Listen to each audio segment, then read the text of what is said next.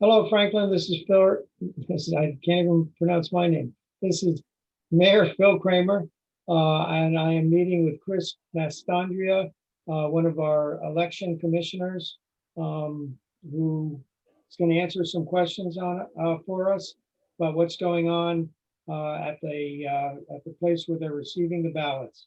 So, Chris, how many ballots have been received? What's the status there? All right, so basically at the present time, we've received or stamped in the office some 65,000 ballots, give or take. That means they've come through the door, they've been time logged in, but not all of them have been entered in the system. Of the 65,000 that are in-house, more or less, we have about 55,000 scanned in as received into the system. So there's about a 10,000 ballot backlog. But now that registrations are complete and we are no longer processing registrations, our entire staff is now in the process of receiving ballots and then verifying ballots. So that represents about a 3-day delay, which is much improved over where it had been. We think that we're going to get that down over the next week, but people should be aware there are other things that can delay the ballot. If you filled out the bearer portion on somebody's ballot and you acted as a bearer, that means it has to go through an extra step where we have to verify how many bearer ballots there are. And some of those ballots are taking longer to get in the receive system. Just because a ballot you dropped off with your own wasn't marked received on the same day doesn't mean we're not processing it. It just means that that process does take longer because we do verify the bearer information as well. We're required to. Okay, there's some confusion between received and accepted. Can you explain the issue? Yeah, the state system has some problems. It's not the best system on the planet, and they're learning. And one of the things the state did was, in our internal system, there's a note for ballots being accepted. No ballot is accepted in our internal system until election day, until it actually gets counted. So why the state decided to put that on what the voter can track, I don't understand, because we will not be marking any ballots accepted anywhere in the state until election day. And the state just confirmed that. Really what matters is received. If the ballot shows received and you then do not get a letter, an email, a telephone call from the Board of Elections indicating to you that there is a problem with your ballot will be counted. As people are aware, some things you can fix, signatures, verifying signatures, missing signatures, those things can be fixed. Other things, unfortunately, cannot under the current law. So if we get a ballots, we will send out a contact. We will make contact with you to tell you if you can cure your mistake. Very quickly, we're required to do that, basically within 48 hours of us deciding that there's a problem. Otherwise, you'll get a letter in regular course saying you forgot to enclose a certificate, something that isn't curable. But 99% of the ballots that we're marking in as received, we do not have a problem with. The acceptance rate so far has been very high. We are processing now, we're verifying more ballots, but so far we're not rejecting a lot. There's not been a lot of problems.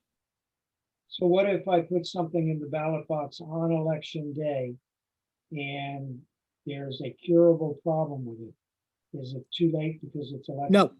So if you drop your ballot off, or you put your ballot at the polling station, or you put your ballot in the vote by mail box on election day, and we collect it, and then we find out you forgot to sign your signature, or people are signing for their mother and doing it by power of attorney, which they're so used to doing, but that's not legal. We can't accept that. Or people are signing with X's that can't sign with X's because it's not in the voter roll that way, that kind of thing. All of that is curable. All of that, we send a letter asking for additional information, verification, and if you can provide the information, the vote will be counted. The letter will tell you what the time frame is to do that, and even if that we find that mistake on November 5th or 6th, you still will be given an opportunity to correct that mistake. I want to say it's a 10-day time frame from the letter, but I don't remember the exact time frame. But you absolutely will still be able to fix that. The law requires us to allow that to be done, and we'll be accepting those really up until almost the 20th of November, and we will hand count those ballots. Okay. I hear there's a lot of calls coming to the election day. Yeah, I mean, we apologize. A lot of people are contacting the Board of Elections and a lot of people are asking questions that are not familiar with the vote by mail process. Maybe have never voted by mail before. Just don't really know what's going on, or they've got questions because this process is different from all the others.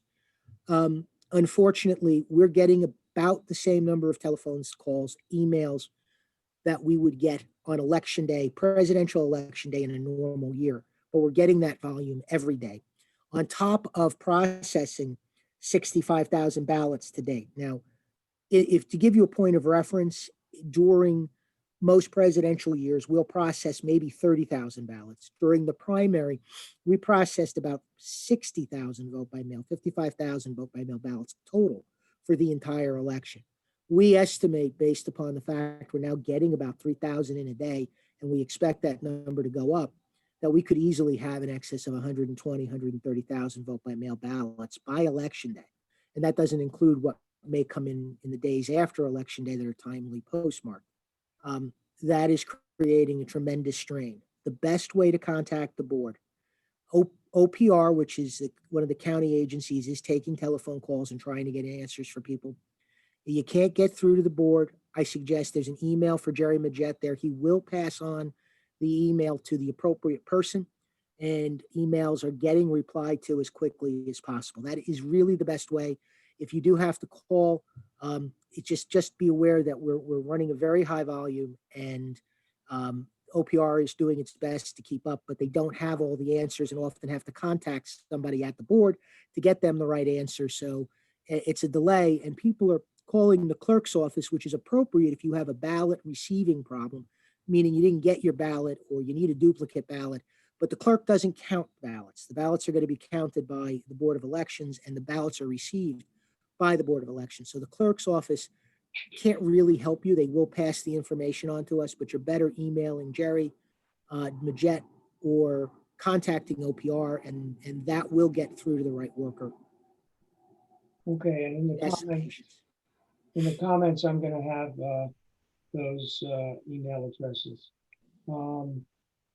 Let's see, did we go over the numbers? How many you've got so far, where you are, what the backlog is? I'm sorry, how many we what? How many have been received? How many, what's the backlog? How many have been stamped? Oh, so the received again is stamped in 65,000, received into the system formally 55,000. Backlog's about 10,000, about 3 days. And like I said, some of that is dependent upon it being, if there's bearer signatures, it's a little bit longer, but we are trying to clear those now.